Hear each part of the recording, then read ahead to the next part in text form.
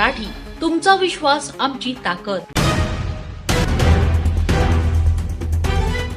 बुलढाणा जिल्ह्याच्या राजकीय आणि सहकार क्षेत्रातील सर्वात मोठ्या बातमीने सुरुवात करूया।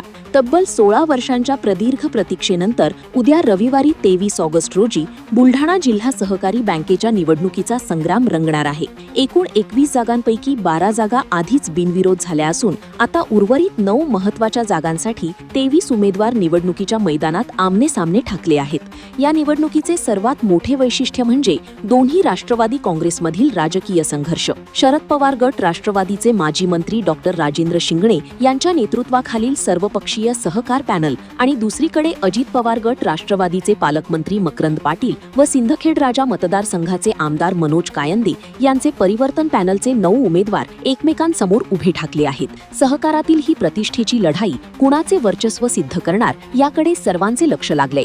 शेतकऱ्यांची बँक म्हणून ओळखली जाणारी जिल्हा सहकारी बँकेचे उद्या निवडणूक होऊ घातली आहे।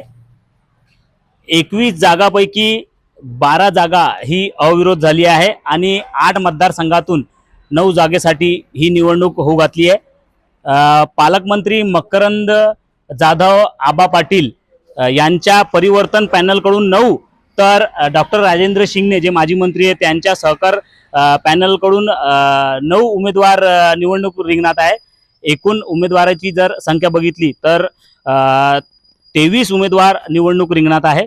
उद्या 23 ऑगस्ट रोजी जिल्हा सहकारी बँकेची निवडणूक होऊ घातली आहे आणि अविरोधचा जर विषय घेतला तर जिल्ह्यातील सर्वच राजकीय नेत्यांनी अविरोध करण्यासाठी एकत्र मूठ बांधली होती आणि यामध्ये 12 जे उमेदवार आहे ते अविरोध झालेले आहे आणि जे अजितदादा राष्ट्रवादी पवार गटाचे जे उमेदवार निवडणुकीत उभे आहे त्यांना देखील अविरोध करण्यासाठी जे पालकमंत्री आहे मकरंद आबा पाटील आणि सिंदखेड राजा मतदारसंघाचे आमदार मनोज कायंदे यांनी देखील साथ घातली होती, परंतु या उमेदवारांना अविरोध करण्यासाठी नकार दिल्यानंतर जे मकरंद आबा पाटील आहे आणि जे आमदार मनोज कायंदे यांनी 8 मतदारसंघाच्या 9 जागेसाठी आपले उमेदवार परिवर्तन पॅनलच्या माध्यमातून उभे केलेले आहे।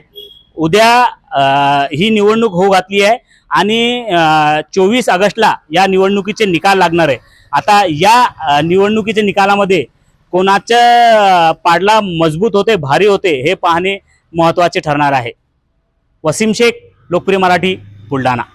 अशाच ताज्या आणि वेगळ्या घडामोडींसाठी पाहत रहा लोकप्रिय मराठी न्यूज।